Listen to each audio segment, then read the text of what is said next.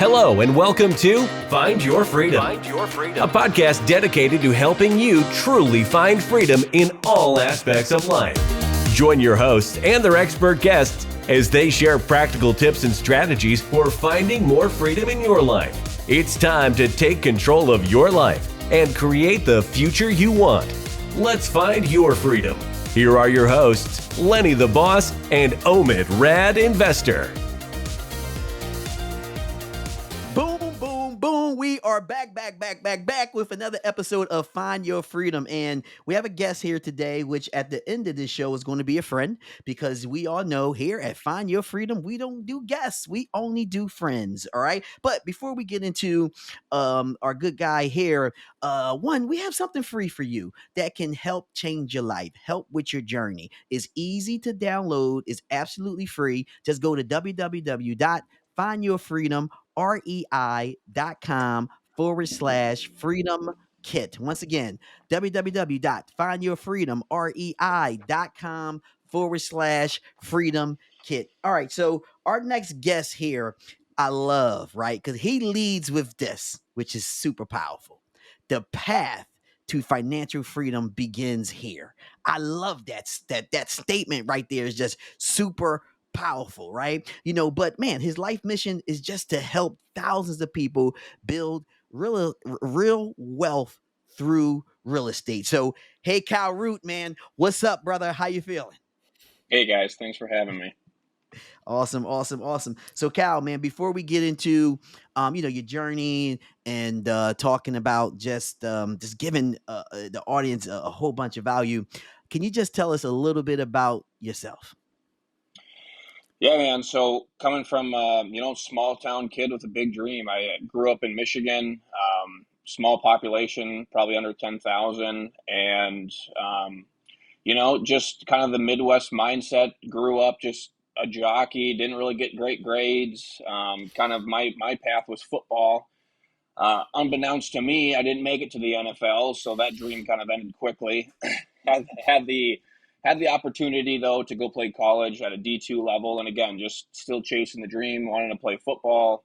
Ended up getting a good degree in college, and like many people, you go get your W2 job and you start working. You're like, man, this is just not what I had in mind, had set out for myself, and things just weren't clicking. And I was traveling all over the place, man. I was working a lot of hours, worked in California, Florida, lived in some cool places, but then just started picking up on real estate, reading as much real estate as I could. And, small town kid with that dream started developing into real estate, and kind of hindsight's 2020 now, but built a portfolio in a short period of time, was able to leave my job, and kind of the dream came to fruition. Thank God. I like the small town boy, and dreaming big. I think being a big dreamer, but I think it takes a certain level of skill and dedication and resilience to even be at a college level, like collegiate level in football. So it sounds like you already had that kind of built in place. It didn't work out, and then you kind of were able to kind of transition into real estate. So as you were transitioning into real estate and while still doing your W-2, how, for somebody who's maybe wanting to get started or wanting to do that, where they want to jump from that W-2 job and they're not happy, what are some best practices or things that they can maybe get started to kind of begin that journey? Yeah, I think it comes down to just asking yourself a question, like what do you actually want out of this life? Like, what is your time frame? What are you doing this for? Are you, because a lot of people, there's this big thing in real estate is becoming financially free, right? A lot of people want to leave their job, but it's like, hey, ask yourself, do you even want to leave your job? Like, what is the purpose behind you trying to achieve this financial wealth and chasing real estate? Like, what is your purpose behind that? I think once you can find the answer behind what your reason is behind it, you can start backing that with the purpose, and then you can just start road mapping it out, right? Like for me, I was like, I want to get out of this as fast as I possibly can.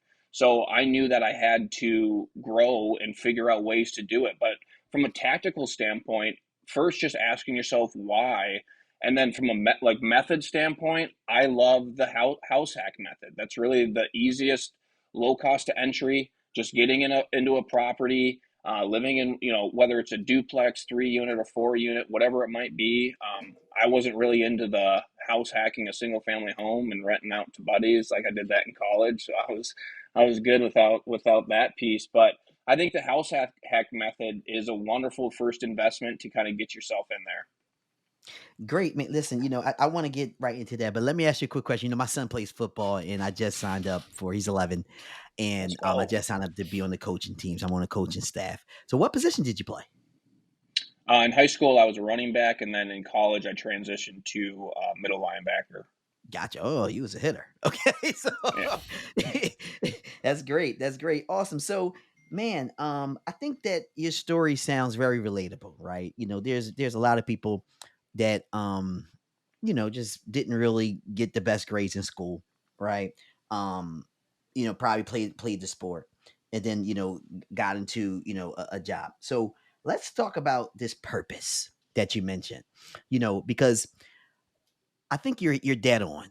Is that a lot of people tend to see Instagram or tend to, get on people email lists and get these emails or Facebook or whatever, and they see what everybody else got, and they say, "Oh, I want that," but that might not be aligned with their purpose. So, how did you get clear on yours? Like, what things happen in your life that allow you to be very clear on your purpose? Because I think by you mentioning this, it can really help people from stop looking to other people and start looking within themselves to figure out what they want to do.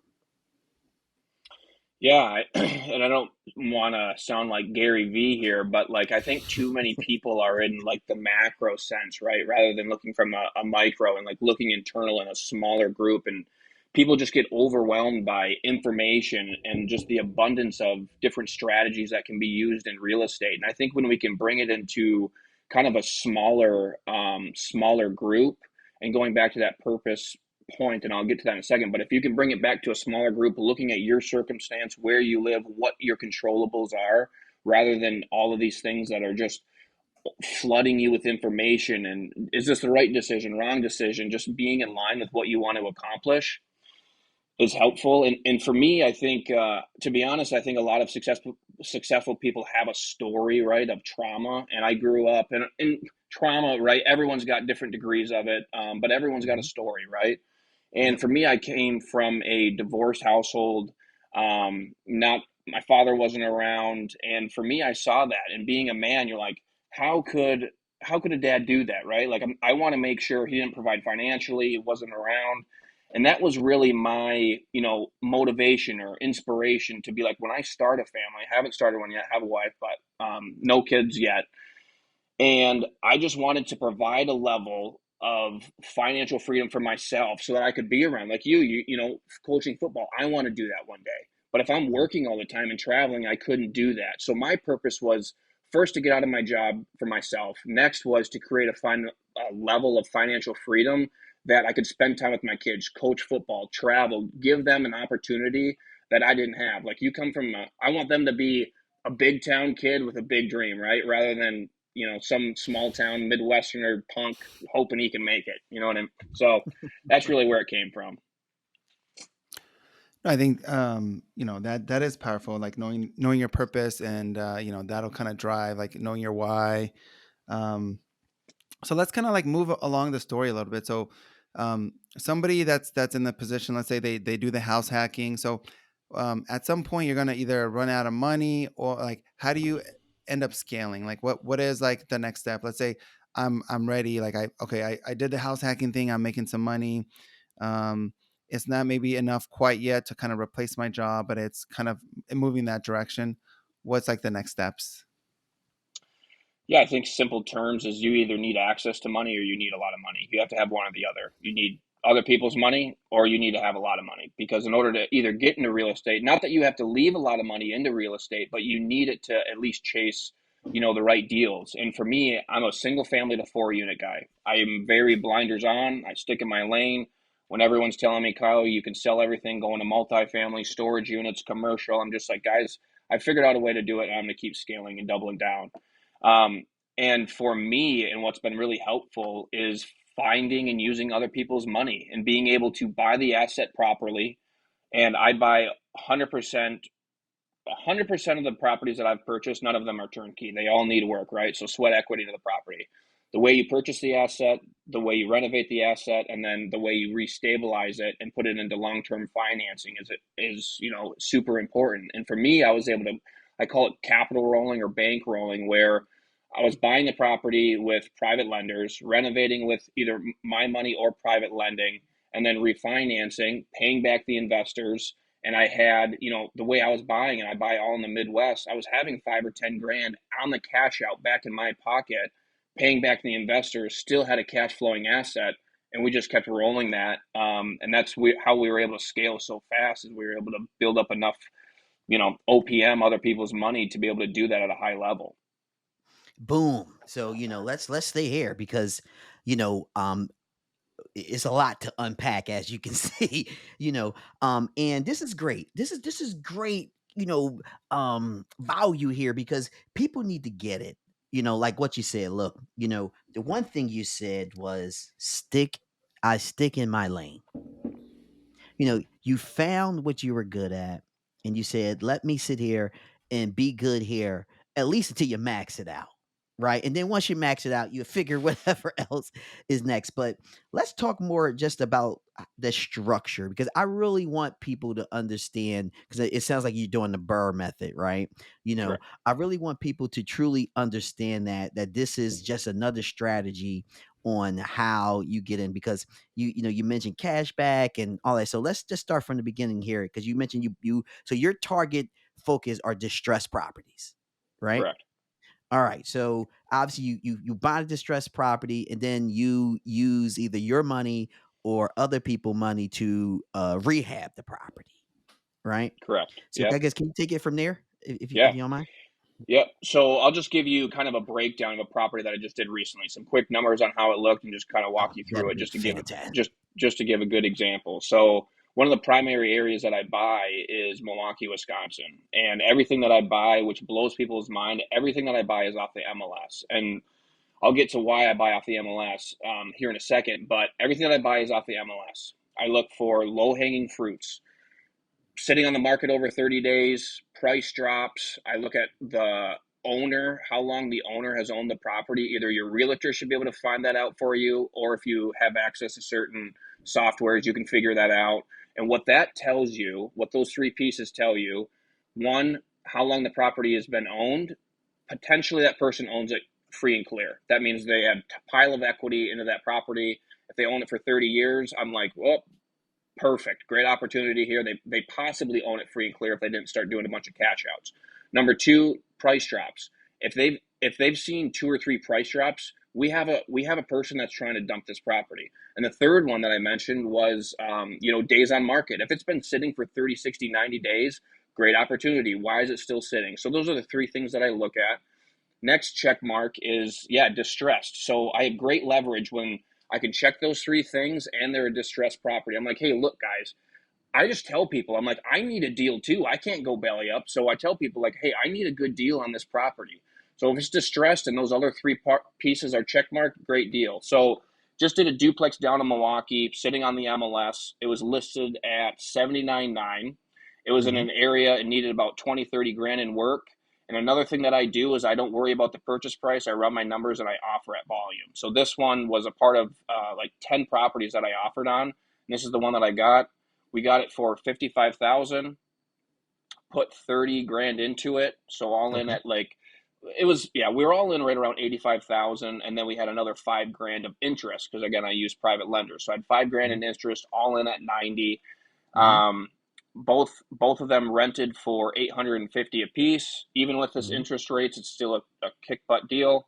Cash Hmm. out refi at 140, which is like, I don't know. Regardless, What you? it put like 10 or 15 grand back in my pocket. I'm the kid, don't know that math right off the top of my head, but put like uh, like 10 grand back in my pocket, cash flowing about 300 bucks per unit, property manager, and we just move on. And so that's an example of a deal that I just did. Nice. That's freaking awesome. No, I think that's a really cool method. I think the Burr method is a super great way to kind of build wealth. And kind of like you said, you just stick to your lane, find a process, it works, and then repeat it. So let's say somebody wants to get started, and I know like somebody who's maybe newer, the biggest fear is like the private money piece, whether it's like you finding a private money like lender, or you using like hard money. Do you have any suggestions, let's say, for somebody who maybe they don't have the network to get initially that private money from somebody? What's your suggestions on that, and or any advice on that? Yeah. When if I was to go back in time and prior to doing this private lending side and getting, raising funds, I to be honest, I would have done more house hacks just because of the low cost of entry and the minimal amount of risk that's involved with that. And I think once you have a few deals under your belt, now you start to have, you can walk in with something under your belt rather than just going to a private investor and saying, "Hey, I'm just trying to get started here. I don't know what I'm doing, but could you lend me like 200 grand and we'll kind of see how things go?" If you can walk in there and say, "Hey guys, I've done 3 deals or 4 deals," you have a little bit to your name, and therefore you have a little negotiation leverage where it's like, "I've done this and things are looking good." Worst case scenario, they tell you no. And I say this all the time. Like, the amount of girls I've asked out on dates, I've been told 1,000 times. So you tell me no, I'm just used to it. Like, I'm used to being told no. And luckily my wife said yes, and here we are. So just keep asking, and you just learn, right? You ask, just like when people say, "Kyle, how do I get my first deal?" I'm like, "Well, how many properties have you offered on?" If they have, financing already secured, they have the money in the bank. I'm like, "Well, how many properties have you offered on?" And when they tell me none, I'm like, "Well, how do you know? You need to be told no." Because I'm a big numbers guy too. And if you're not told no, let's say you offer on 10 properties and you're told no 10 times, at least you know that you're going to have to probably either change the way you're offering and underwriting, or change the amount of properties that you offer on. So I think just getting some confidence behind you. I think it's getting a few deals under your belt, not necessarily going the private route right out of the gate because you don't really have anything to your name yet. And then after you get a few deals under your belt, then start just getting the confidence to going up to people and say, "Look, I've got some deals under my belt. Would you be interested in investing with me? Good returns for you as well." And I like that. It's smart, right? Like, you're saying, hey, come with a little bit of experience. You got a little bit of experience behind you. People are more willing to talk to you, work with you because they actually see that you kind of went through it. One of the things or the questions I get a lot, and then maybe we can spend, just a minute or two here, is cash out refinance. People don't get that, right? So, can you explain the value of maybe saving money one time, and if you purchase the right way, that money that you saved up one time can just be recycled over and over and over again? Yeah, that's actually a great point. So even if you don't want to go the private route, you can still make this concept work by putting 20% down and renovating the property all with your own money. So the cash out piece, and I call this like dead money. If you have secured debt, even if people are securing debt right now at 8.5% interest rate, you have to ask yourself, can you make yourself more than 8.5% interest rate on the money that's sitting there, right? So if you do a cash out refinance and you buy a property, you renovate it all with your own money, you have 40 grand sitting there, and you can do a cash out refinance, still cash flow. That's very important. Make sure you can still cash flow. You can cover all your expenses, but you can pull out 40 grand. Do you have the opportunity to take that 40 grand and make more than what your interest rate is at 8.5% interest rate? Most investors should. If you're in real estate, you should be able to make more than 8.5 return on your money. So taking that 40%, let's say you make 25% on that money and you roll it into another property. You're paying down another property's debt, right? Your tenants are paying down property debt, so that's a win. You have the tax benefits, and I haven't even got to this 40 grand working for you yet. Right. The tax benefits, you have that $40,000. Let's say you're making 25%. Well, that difference, your delta, you're at 11 and a half positive arbitrage. So you're good. You're doing good, right? So that 40 grand is now at work, and you can keep rolling. Like you said, just keep capital rolling and bankrolling that, and that's how you're going to build your portfolio. Too many people think I'm too leveraged, which is fine. Like some people want to only be 70% leverage or 75% leverage. That's totally fine. But you don't want your money to be dead. If you want to scale and you want all these things that, all these massive real estate people are doing, they're not scared of debt. They buy good debt, they capital roll their money, and they understand the other benefits just outside of, hey, I just took out 40 grand and now I'm paying 4 or 8.5% interest on it. They see the bigger picture. So I think the numbers, what you explained, can be really intimidating to some people when they're getting started. Let's say they're conservative, but at the same time, they're hearing it and they're like, okay, like I think I can put this together. So somebody's getting started. They buy the first deal, and how easy is it to refinance? And like, what's the process? Maybe we can like walk like our audience through that, just so that they kind of understand that part of the business.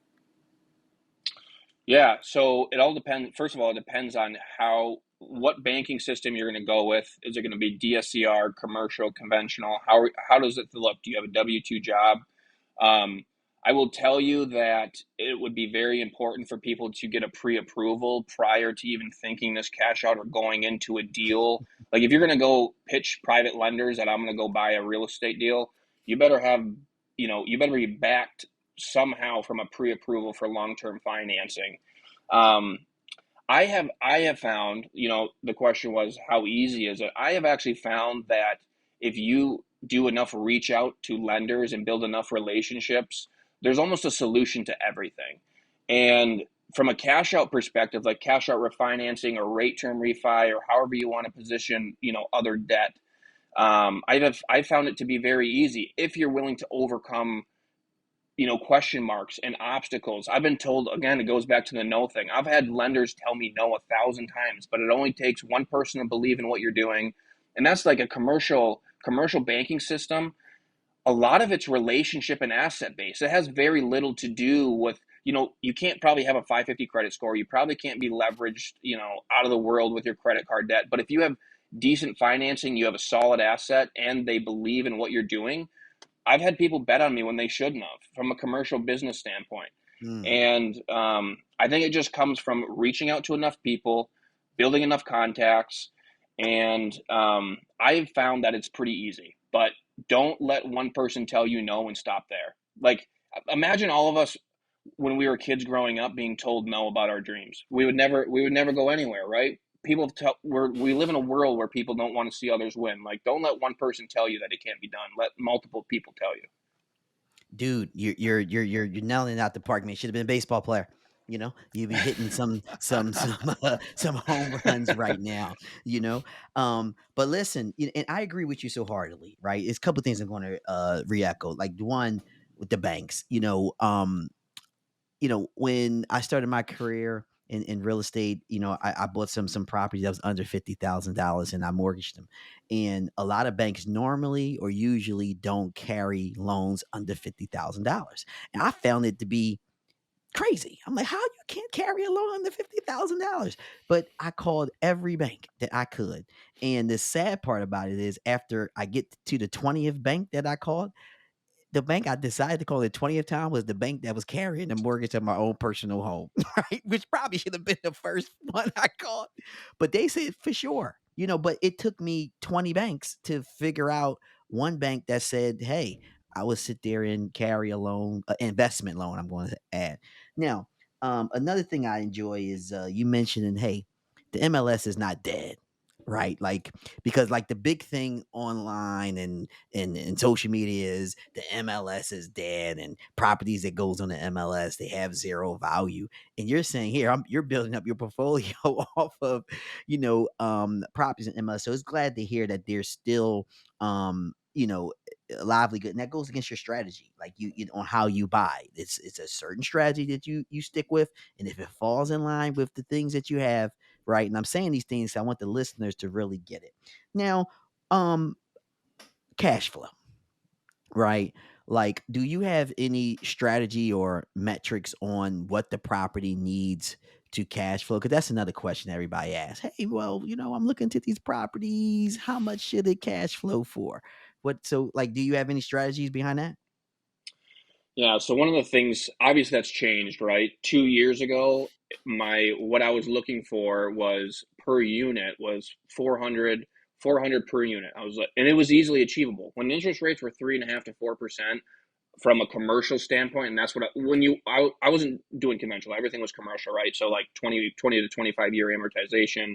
And we were locking in at 3.5 to 4%. It was easy to cash flow. But now we've got 8.5. We've got some in mid sevens. Things are a little bit tougher. And for us, what we realize is I'm a long term play guy, and I say us because I have a team, right? Like it's not on me at this point. So for me, it's a long term play. If I can cash flow over 150 per unit, I'm going to buy every single deal that I can. And the reason being is because if I'm locking in at 20 to 30 year debt and able to cash flow at 9% interest rate, $150, at some point, knock on wood, in my life, interest rates will go down. At some point, they will. And I'm going to do a rate term refi. I've been paying debt this whole time down. The whole time I've been paying down this debt.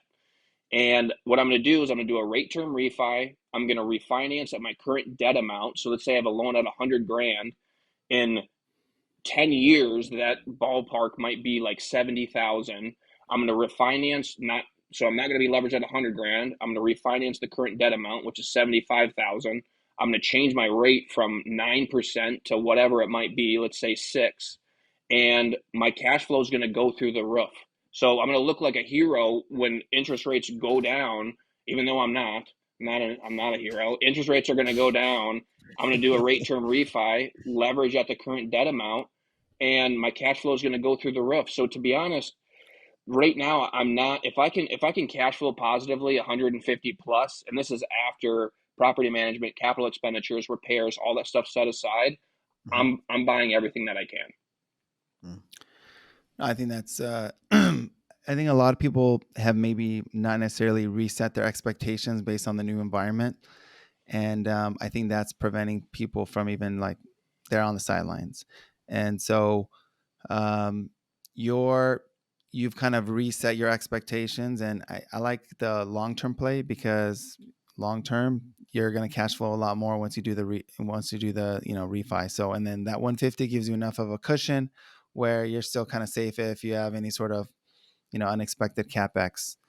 Um, so you're growing your portfolio. At what point do you stop, or at what point um, I guess you've grown your portfolio quite a bit. So what is like the long term play? Yeah, I love that question. Um, and the way I answer it every single time is I really don't see myself ever stopping. And for me, it's not about real estate. It's about seeing other people win at this point. I'm employing other people. I'm helping other people get into real estate deals. I'm like my friends. I've hired friends. I've brought people in to help this kind of feed the beast. And I'm just seeing the group and the environment that we're building, and it's just amazing. And I don't. It's like, Kyle, when would you stop living out? When would you stop helping people? People be like, Kyle, when's enough units? Enough units. It's like it's not about the units. It has everything to do with building the team, relationship building, focusing on improvement at other people. Originally it was all about me, right? It came from like a selfish place where it's like I wanted to be extremely wealthy. I wanted to do this for me, do this to build, my family. And then I started seeing other people be like, "Oh, Kyle, can I be a part of this?" And I'm like, "Yeah, I need help with acquisitions. I need help with property management," and bringing other people in, and just seeing the way it's growing and the structure behind it and how much I'm enjoying it. I don't foresee it stopping. I just really foresee it continuing to grow, us getting other markets, and just keep building out our team and processes, and just keep going. Will it change once I have a family? Maybe, but I'm a guy that'll, we'll figure that out when it comes. But for now, we're just going to keep going. I love it. Right? Life is a journey. You're supposed to adapt to it. And you're adapting to it in so many different ways. You adapted and changed your strategy when, like Omid mentioned earlier, the environment changed with interest rates, right? So you say, hey, we was looking for $400. Let's lower that due to the interest rates, and we go catch it on the back end when interest rates go down, right? And now you're like, hey, my strategy changed again. I went from this, selfish standpoint to opening up and saying, hey, let me help some other people, right? And that's blessings right there, right? Because once you start helping other people, it seems like other doors just start flying open for you. You're like, man, I didn't even ask for all of this, right?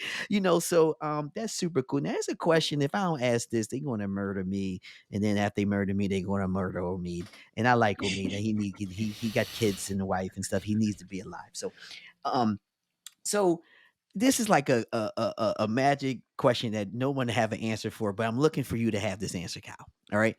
People say I'm a W-2 employee, right? How many properties do I need to sit here and leave? I know I hate the question, so I gotta ask you. All right, Kyle, how many properties do you need? How are you gonna answer this question? Yeah, no, great question, man. Um, yeah, I think that you have to figure out what your expenses are, and what I always tell people is multiply by two what you think you need. If you think you need 5 grand, you need 10. In the industry of real estate, when you think everything's going right, you better have reserves, you better have things in place, because nothing goes as planned. So if your plan of action is, I want 3 Airbnbs, and that's you cash flowing 5 grand a month, and you're like, this is covers all my expenses plus 1,000, double it before. I personally recommend doubling your number before you walk away, because not only do you want a little bit of cushion, I think people need double the amount of cushion that they need, because things do come up. My strategy, what would be required from my strategy, you would need in the ballpark of 15 to 20 properties. In this current state of the market, the way I'm buying duplexes, and that's what I'm buying pretty much at scale, you would need in the ballpark of 15 to 20 duplexes in the Midwest where I'm buying, to generate in the ballpark of like 7 to 10,000. So I guess that's the best I got for you, man. That's good. So That's good. I like that. Double that. and speaking of acquisitions, because I think acquisitions seems to be a bottleneck for most businesses as far as just acquiring or sourcing deals, especially in this environment. And you made it. You kind of talked about how you got to make a lot of offers. And so, is there any like KPIs or like things that you recommend, like as far as making offers? And then, what's your stance on? Does that ever turn realtors off by making volumes of offers, and like what's your process around that? Because I know that's, people have different opinions on that. Yeah, man, for sure. So we track everything. We track right out of the gate, right? So MLS, and I think I said early on that I was going to touch back on it, and I never did. But the reason we go MLS is because we want a low marketing budget. We want a high volume of properties that are sitting out there, and all the other things that we look at, right? So that's why we stick to the MLS. I didn't want to pay a bunch of people to send out mailers and cold calling and all that. So that's why we go MLS. And when I first started in the Midwest, there's 50, 60, $70,000 properties sitting all over the place. You got to make sure you buy right, because you don't want to end up in bad areas. But we looked at, okay, right out of the gate, we were offering on between 5 and 7 properties a month, and we were getting, 5 to 7 properties a month, and we were getting 2. So I knew that somewhere in the ballpark, if we wanted 2 the following month, we were going to have to offer on 2. Well, 2021, 2022 kind of happened. Prices skyrocketed, and things just got difficult, right? So now we're offering on 20 properties and getting like 4 or 5. So we're at like 20% accepted offer rate. We know that every single month, in order for us to get what we need to be putting in 20 offers. And touching on your realtor piece, absolutely. When I put in some offers, it's tough. We people ignore us. But luckily I have an incredible realtor that goes through the thick and thin, and that's why setting up your team is so important. He's like a master negotiator. He's taken a bunch of classes, and I'm very thankful that he's on my team, because he has to feel the brunt of it, right? I'm behind a computer underwriting. I'm like, hey man, this is what we're going in at, and he's like, oh, well, here we go again. So he's getting the brunt of it. I'm behind the screen, just tossing over the numbers. But it's all about tracking your numbers. You need historical data. You need to understand what your acceptance offer rate is, and you just keep running that. And I tell people when they're like, Kyle, how do you scale? Well, I figured out that 20% of my offers were getting accepted, and you just keep pushing the envelope. If I need to get 2 properties, I'm going to up that. If I need 3, I'm going to up that. And looking over the course of now 3 years, we get about 20% of the offers that we put in. So we just track that and we keep offering at scale. And then, like you guys probably know, once you start meeting enough people, deals just start flowing your way. Like people just, they get in over their head. They're like, hey, Kyle, can you take a look at this? I need to get out underneath this. And so those happen as well. That's great. That's great. That's great. Kyle, man, you're giving some game, brother. Like I said, you should have been a baseball player, man. I think you picked the wrong sport. Should have been a baseball player. But a couple things. I got 2 questions for you, right? The first thing is, you talk about tracking your numbers, right? And which is super important. And like, did you use like just an Excel spreadsheet? Did you go out and be fancy and go get an app? And do this. And the second question is, you keep speaking about team, right? And which is crucial in this business. So can you also just basically let us know who's on your team and why? Yeah. So I'll start with the team portion, just because that one's a hefty one. But yeah, I think building out your team and whatever that looks like, right? So like going back to what is your business? Are you a flipper, or are you short-term guy, long-term guy, mid-term? Like what is your role, right? So everyone's team is going to look differently. But I think too many people set up their team and stop developing people. I think that for me, one of the things that I learned early on in Mm. hiring third-party people is you start to build relationships, and there's a distinct difference between being friendly, like being on a friend level, and a business level. And I tried early on becoming a friend, and it did not work out. I built relationships because I would feel bad, or I would always give up, and I kept getting shortchanged and shafted in situations. And I'm like, okay, now what I know that I need to do, I need to remain extremely professional in building my team. And my team is acquisitions, which is realtors. We do everything from a realtor perspective, property managers, third party property management. And outside of that, it's really me. And then I have a construction company as well, just so that we can kind of minimize costs. But like a lot of people, will go out to, have beers with their construction guys, or take people out to eat, which I'm willing to do. But it's like, there's also a level of professionalism that I want to stay in, where I'm respected. Like if my property manager, if there's $50 of missing money that doesn't make sense to me, normally I would just blow it off. But now I'm asking questions. And if things seem to be unacceptable, I bring them up, because if you don't set the tone early on, you get taken advantage of. But don't let that stop you from setting up your team. I'm just saying, when you set up your team, keep developing those relationships from a professional standpoint. Stay on them, keep hiring, and never think that a relationship is too good for someone to, I don't want to say like take advantage of you, but it's business, man. It's business, and you need to stay on top of people, because your team can either help you or hurt you, and you need to make sure that you have the right team. What was the first question? Sorry, man. No, that was great. Just tracking. You mentioned Oh, tracking your numbers, right? About the acceptable rate offers and other things. Like, what do you use? Because you know, like sometimes some things that stop people is because they don't know. Okay, I need to track my numbers. Well, how do I do that?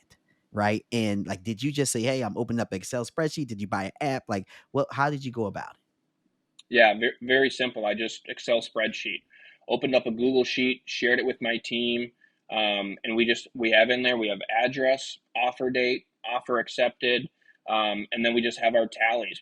How many offers we put in, the price amount, what the offer amount is, and what our accepted amount was. And then just kind of from like I don't know, maybe it's an ego thing, but we look at the delta between what the asking price is and what we got it under contract. And there's always like a $20,000-$30,000 thing. I'm like, look, guys, we're killing it. Like, so that's another thing that we track, just for no That's cool. needed reason other than, hey, look, we saved $400,000 by not offering at list price. Wow, that's awesome. No, I think that's super cool, and I love to kind of continue this conversation as far as like your processes, because I think For somebody to be successful in scaling, you have to have the right processes in place. And it looks like from like an operation standpoint, you do a really great job with, hiring the right people and putting the right people in place, but also holding them accountable. And I think the accountability piece is something that you'll get a wide spectrum of. So I think that's super awesome. So we'll definitely have to continue this conversation. But so just want to transition into like, what does find your freedom mean to you?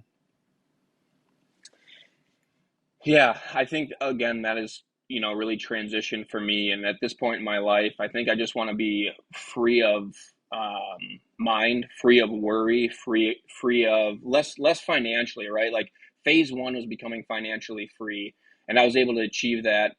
Thank God in a short period of time. I'm very thankful for that. But now I'm just working on not caring so much what other people think of me, and all the mental battles and wars that we're all fighting out here, fighting a good fight, and just being confident and being a good leader, and just really I'm just chasing freedom within the mind, just being happy, but happy with my life, being not content, never satisfied, always pushing the envelope, but just making sure um, that I'm just doing the right things every single day through discipline and action and growing my team, where I can go home at the end of the day and be like, dude, you gave it everything you got. Did it turn out the way you wanted to? No. Like last week, man, I had a brutal week, but I gave it everything I had. Nothing turned out the way I wanted it to. Mm. But what else can you ask for? You can lay your head on the pillow at night and say, hey, we gave it everything I had. And to me, that's freedom. Giving everything that you have, peace between the mind. I mean, what else can you ask for? Hey, that's great, man. Kyle, like I said, I mean, you have a lot of value, to give, from building teams to a big one. Stop caring about what other people think. So your life experiences have built you to who you are today. So people need help with that. If they needed to get in contact with you in any way, shape, or form, I guess you have any information you could provide on how they can get in contact with you? Yeah, the best place, most active place is probably my Instagram, which is KJ_root. Put out a bunch of free content there. You can always hit me up, have a good conversation like we're having here. And I love meeting new people, helping people. And, hey, if you're in the Midwest, maybe, we can meet up and do some work together. So Awesome. Love it. Midwest. We got to come to the Midwest in the summertime, though, not the winter time. So, oh yeah. Swing on so all over, right, guys. real quick, like, what's the cutoff date? Like, is it October? Anything before October, or like before November? What's the cutoff date not to come to the Midwest? October 1st, don't come by. September is Okay. beautiful. You got Okay. good fall weather, colors Okay. changing.